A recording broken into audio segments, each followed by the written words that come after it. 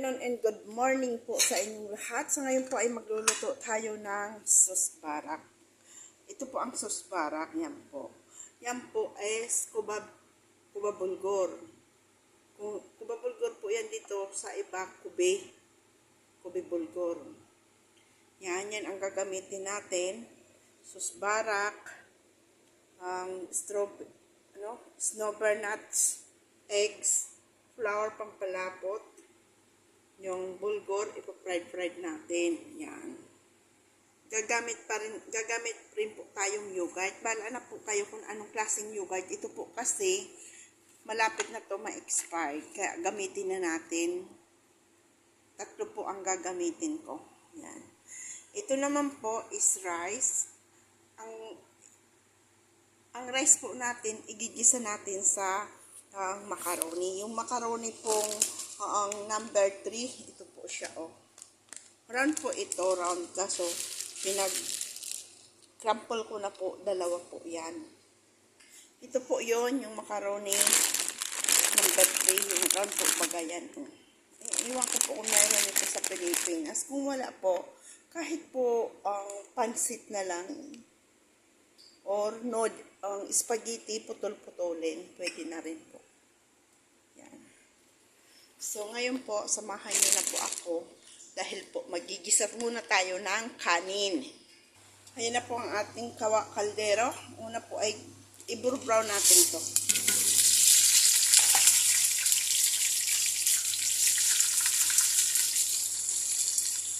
Habang po ayan ay magpiprito tayo ng bulgur, gisahin muna po natin yung kanin. Nag-ano na rin po akong hot water para po ilalagay natin dito hot water na lang. So, ito po, magba-brown lang siya.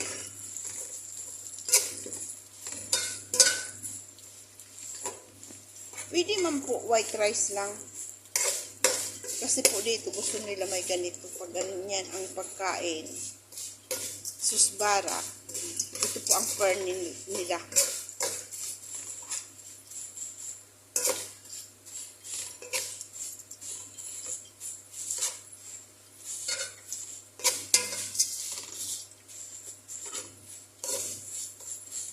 Yan, golden brown na po siya. Ilagay na po natin yung bigas.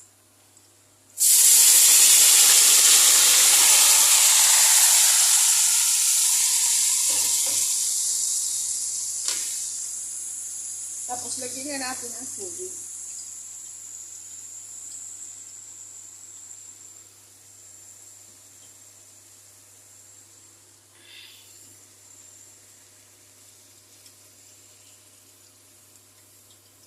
Pwede man po yan, ganyan lang sa tubig mo, tapos yung tansyahin mo na lang, hindi mo na siya itapon.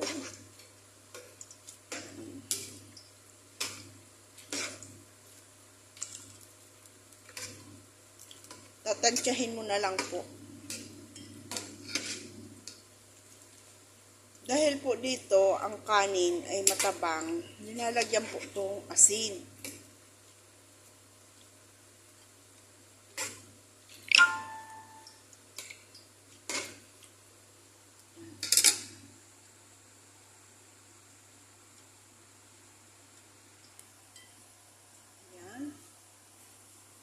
Yan po natin siyang asin. Yan po.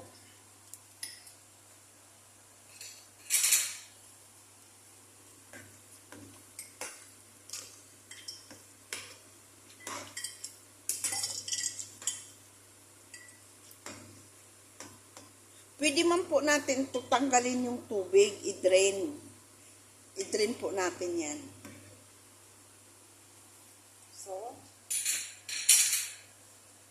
So ngayon po, magpa-fried na tayo ng bulgur. Yan.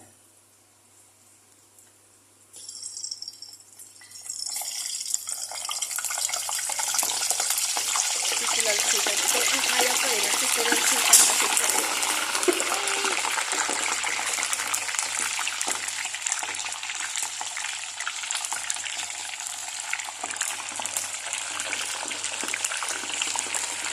Habang nagpiprito tayo noon, i-boil na rin natin ito. Kasi po, matigas ito eh. I-boil na po natin dito. Para po, sarabay-sabay na siya. Yan o. Ayan. Takpan muna natin to para madali magulo. Habang nagpupreto tayo.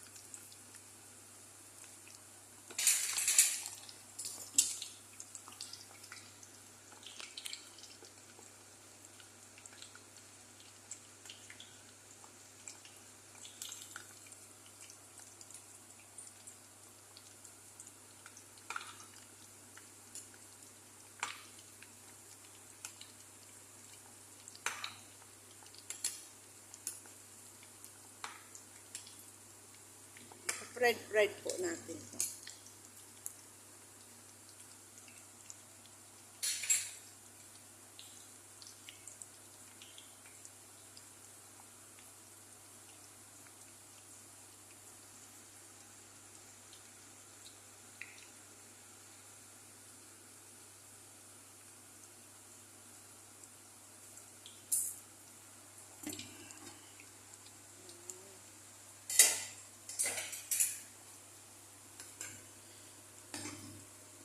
Ganun po siya. So, i-drain po natin. Pwede po siya ano lang, tansyahin na lang. Hindi na po siya i-drain. Pero po, nagagawa ko po yun. Pero, sa mga hindi pa naman po, hindi nyo po kabisado, ganun magtansya, gagawan ko po ng paraan para sa inyo. Tatanggalin na muna po natin yan sa tubig. Kaso, kaya lang po, kailangan ko ibaba yung cellphone kasi para po mahawakan ko kasi ang isang kamay ko nagbablog, yung isang kamay ko nagluluto. Pasinsihan nyo na po.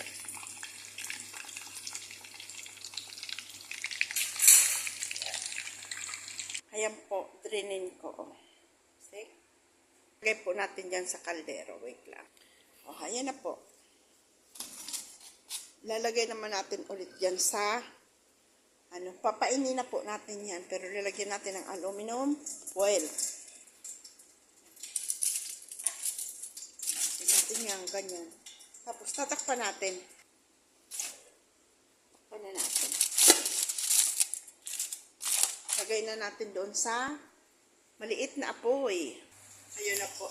Ito nagkakakulo din. Tanggalin na natin. Okay na to.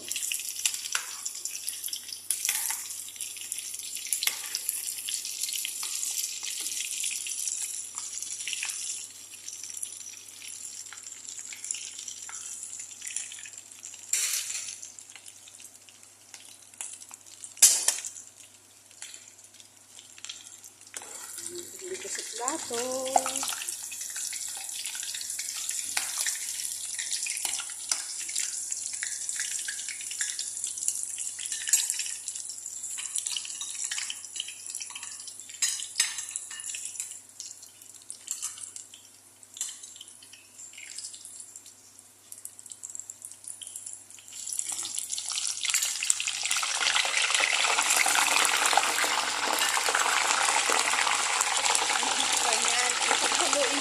Paghaluin po natin yan. Ito at saka yan. Yun lang, yun pa, kasi po, kailangan talaga yung i-boil.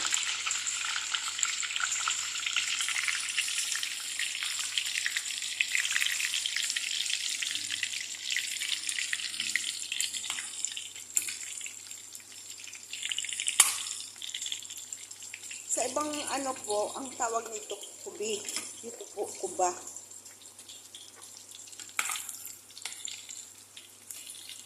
Ayan. Tingnan natin ito. Matigas po kasi yan. Kailangan yan maliit lang na apoy. Yan, ganyan lang. Kasi pag binigla mo po yan, magpupukwasan yan. Katulad yan, may gumingipin ng isa.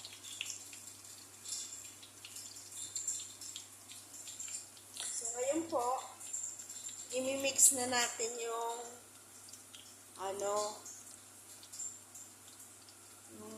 aanohin natin sauce.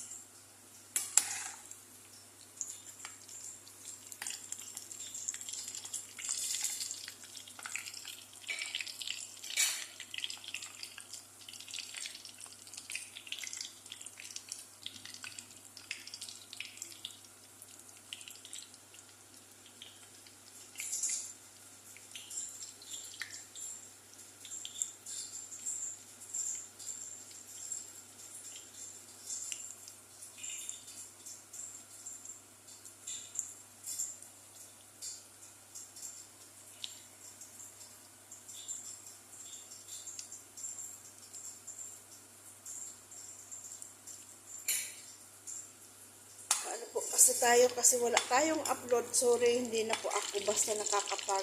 Kung ano po ang nakikita nyo sa pagluto ko dyan, hindi na po, yan po talaga ang actual ko. Hindi na po ako basta nag-i-edit.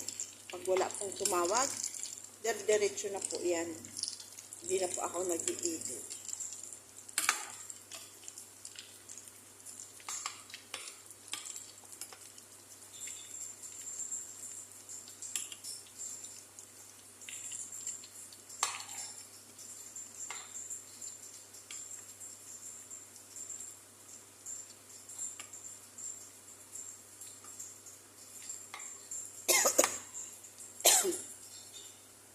Kailangan po nitong kuba, hindi po siya maduro.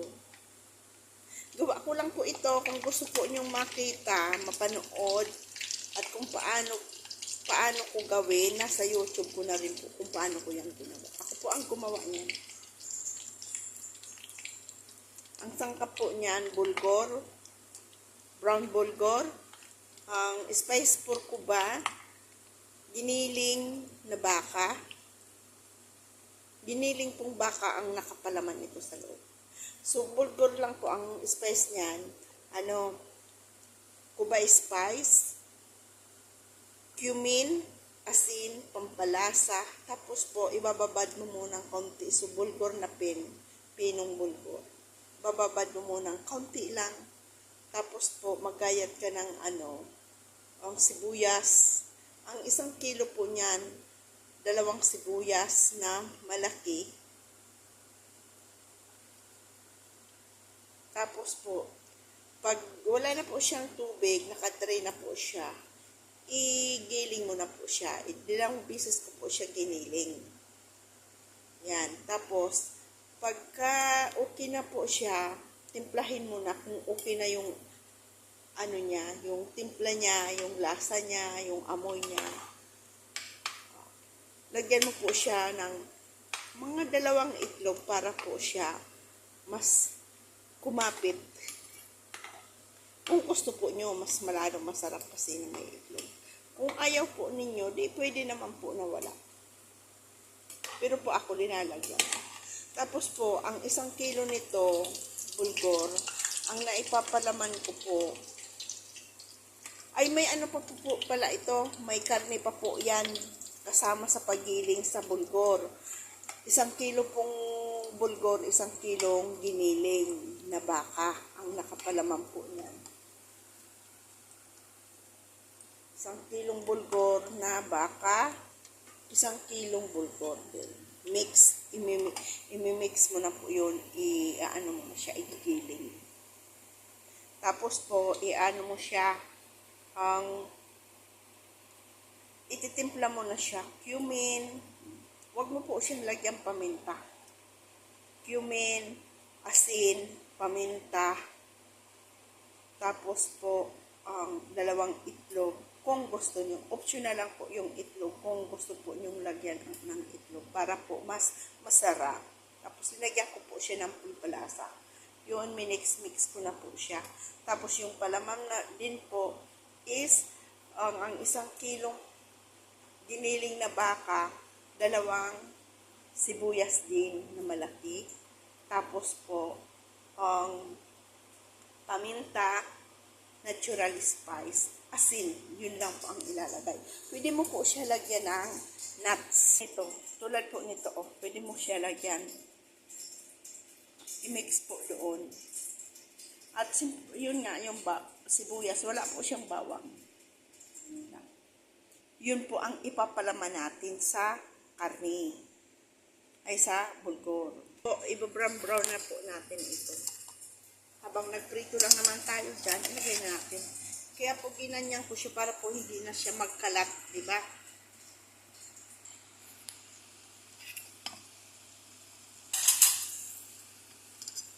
Di ba? Ganun lang po kasimple. Huwag po kayo mag-alala niyan kasi yan po yung prinitong handa natin ng ano po, di ba? Yung bulgur, kaya hindi naman po yan marami. May mint, dry mint pa po pala yan.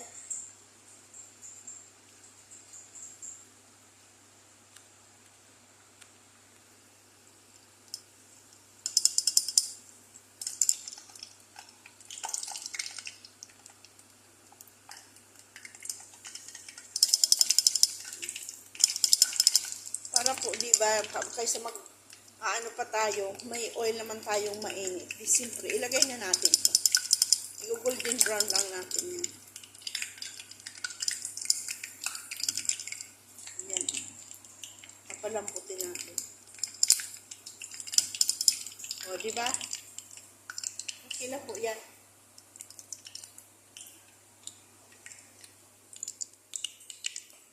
Lagay natin dito. Kasi ang topping na po yan. Yan po ang pang-topping natin sa ating luto. Luto na yan. Ito po, ang kukunin natin dito, yung white egg lang. Egg yolk. Egg white lang ang kukunin natin. Yung egg yolk aalisin natin. Ayan na po yung egg white natin, yung egg yellow natin. Hindi natin ito gagamitin.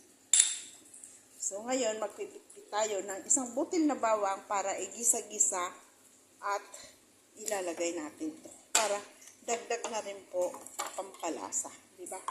Ang bawang sa ating sauce.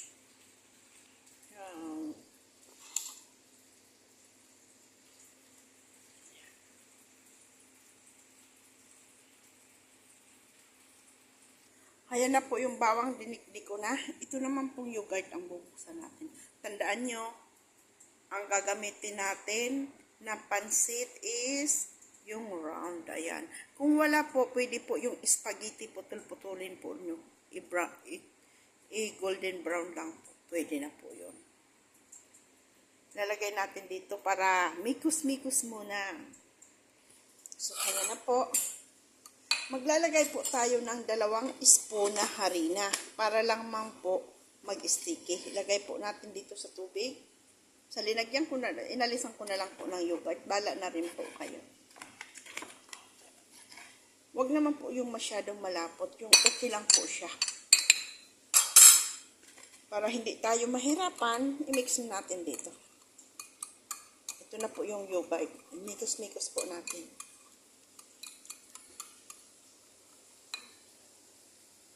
Okay.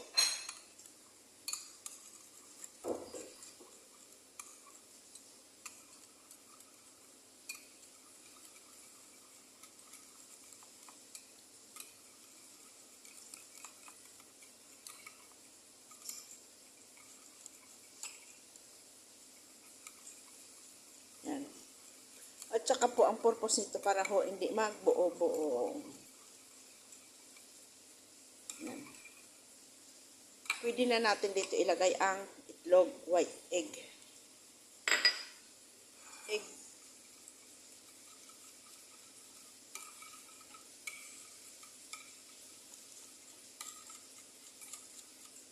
Tapos ito po yung harina natin. Migos-migos din natin ganito.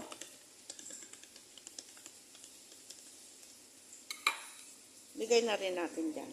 Pagsamahin na natin.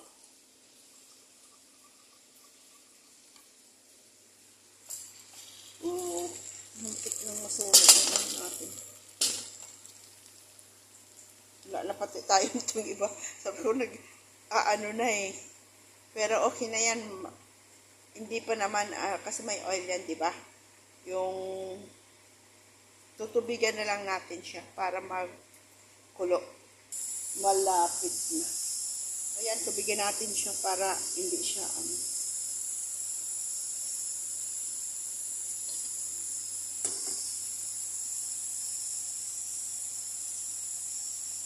para maalis yung dikit ba.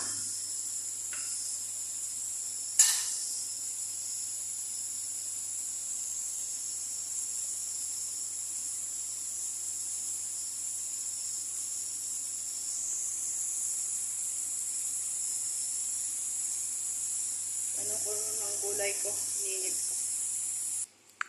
Mainit na ang ating kawali. So ngayon, ito ay kaldero. Ayan, ilagay na natin to. Ito na po yung sauce.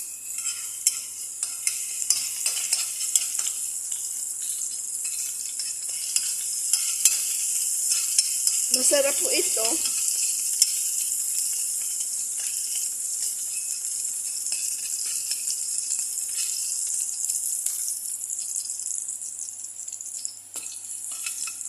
So, ayan. Lagay na po natin ito.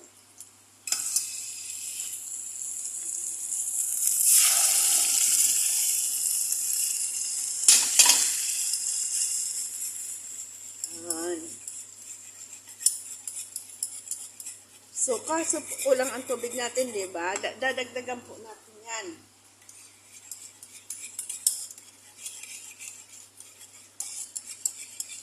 Gaganunin po natin ito para hindi siya magbuo-buo at sa maliit na apoy lang.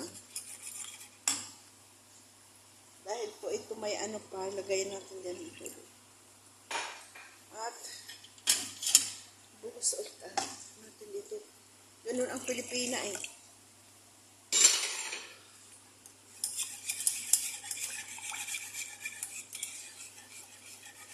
O, diba? Yan na po ang sauce niya. Dahil yan naman ay, yan ay ilalagay din natin dito. Pakuluin po muna natin yan at saka ito.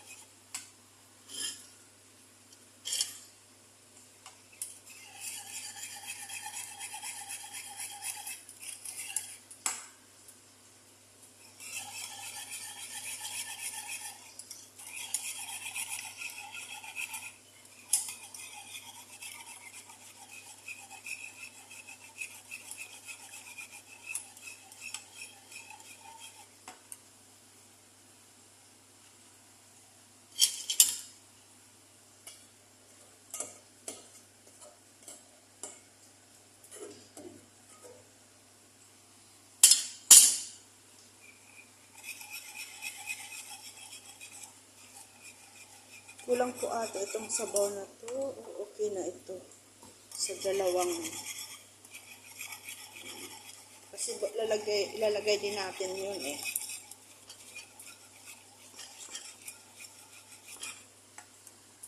Lagyan natin siya ng asin. Yan.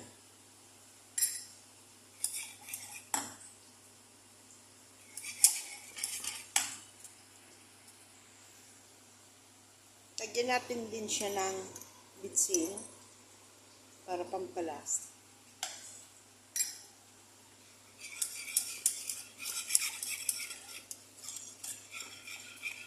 Pwede man po laban pag wala pong yogurt. Laban. Kung wala naman pong yogurt, ay pag walang laban, pwede naman yogurt. Pag may malapit nang ma-expired ang yogurt ninyo or laban, pwede sila paghaluin.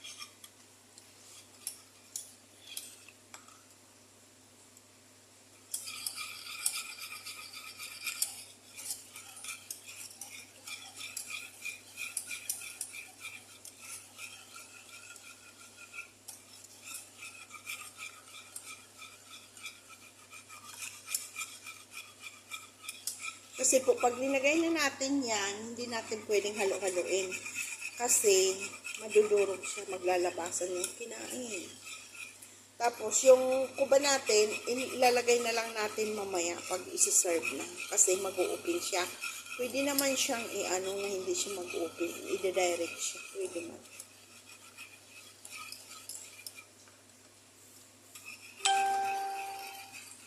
Nakapagawa na rin po akong ganun.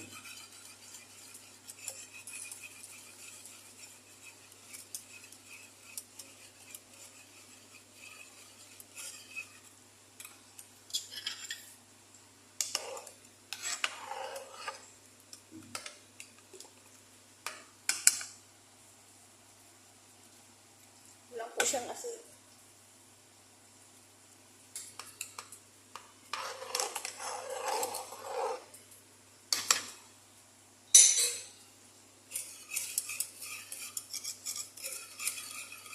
Hindi po siya as in sticky. Yung tama lang po. Medium lang.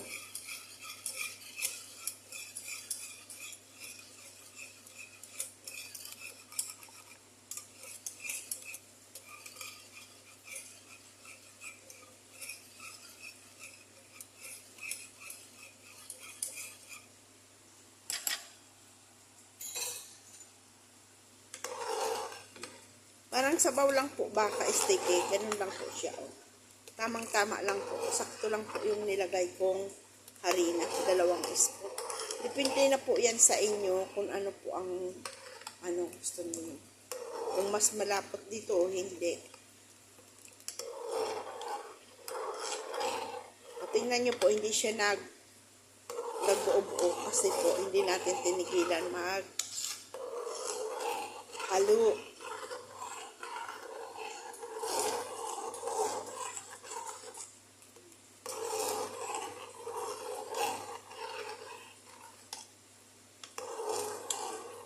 Pero po, sasampulan ko pa rin po kayo kung paano ko ilalagay yung ganyan. Si-serve. Ganun lang po siya. Wala po.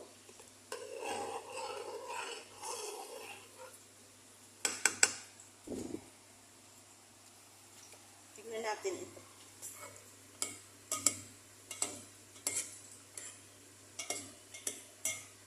Muntik na eh.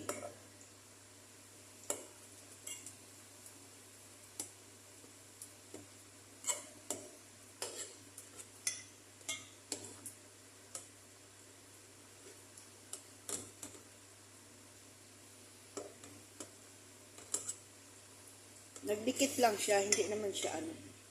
Kasi nga pinapride nga po to eh.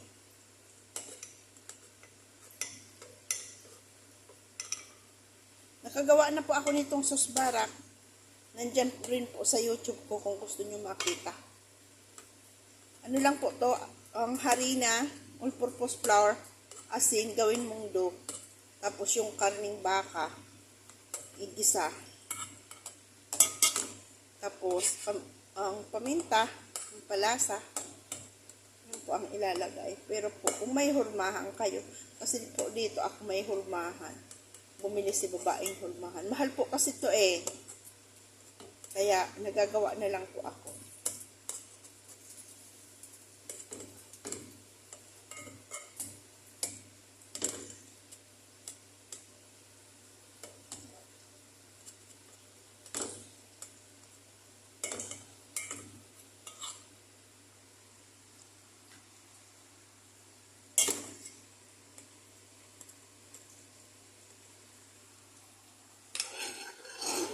Pwedeng pa anong makulo.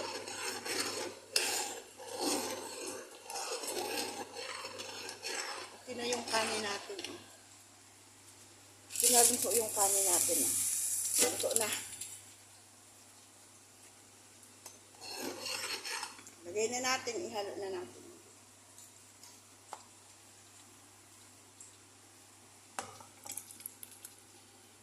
Tanggalin natin ito. Kasi nagdikit eh.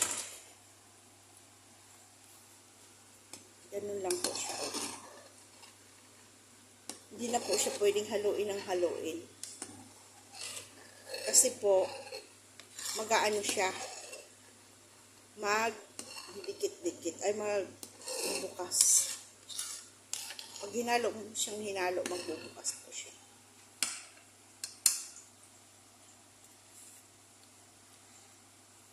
Lagyan ulit natin ng konting asin kasi tumabang.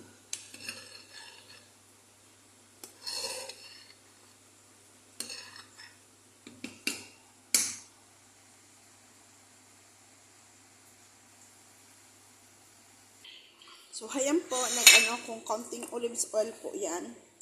Papainitin po natin yan. Tapos, lalagyan natin ng dry mint. This one.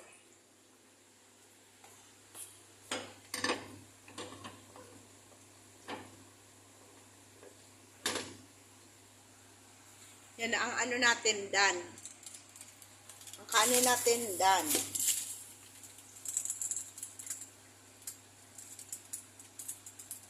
Para po maano nyo kung paano ko siya gagawin, mag-try po ako para sa inyo.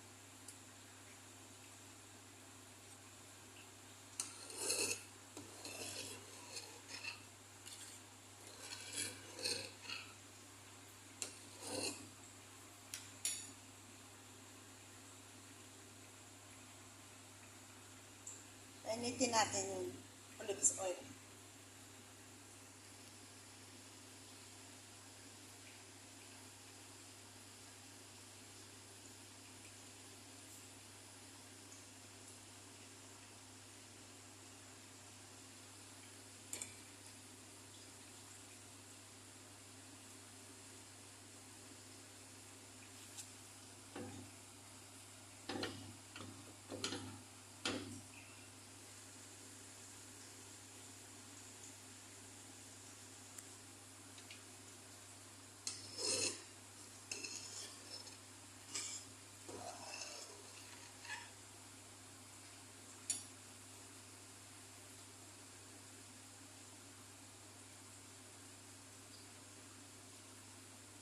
So, ayan po. Mainit na po ang ating oil. Lagyan na po natin siya ng mint. Dry mint.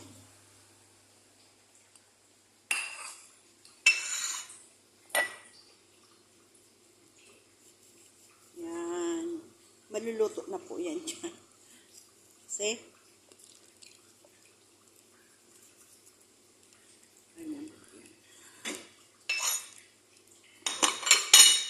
Tapos, ilalagay natin yan dyan. So, ngayon, mainit pa yan, syempre.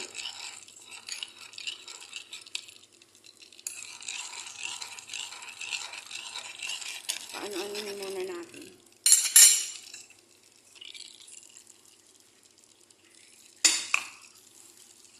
Kasi po, baka over brown.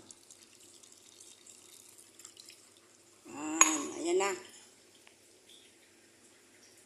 Ayan na po ang rice natin. So, ayan na. Ito po is already luto, diba? Ilalagay lang po natin dyan. Tapos po, ang gagawin po nito, isang spoon lang. Diba? Ayan na po. Finished product. Yan po ang tinatawag susbara with kubab bilaban.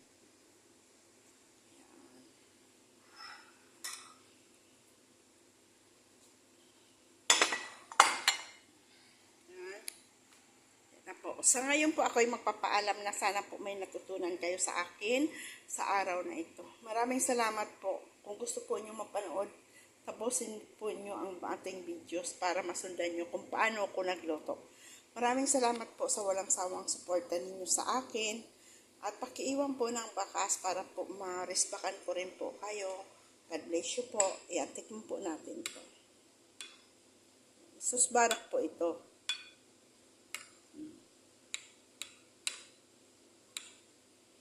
Sa kanin.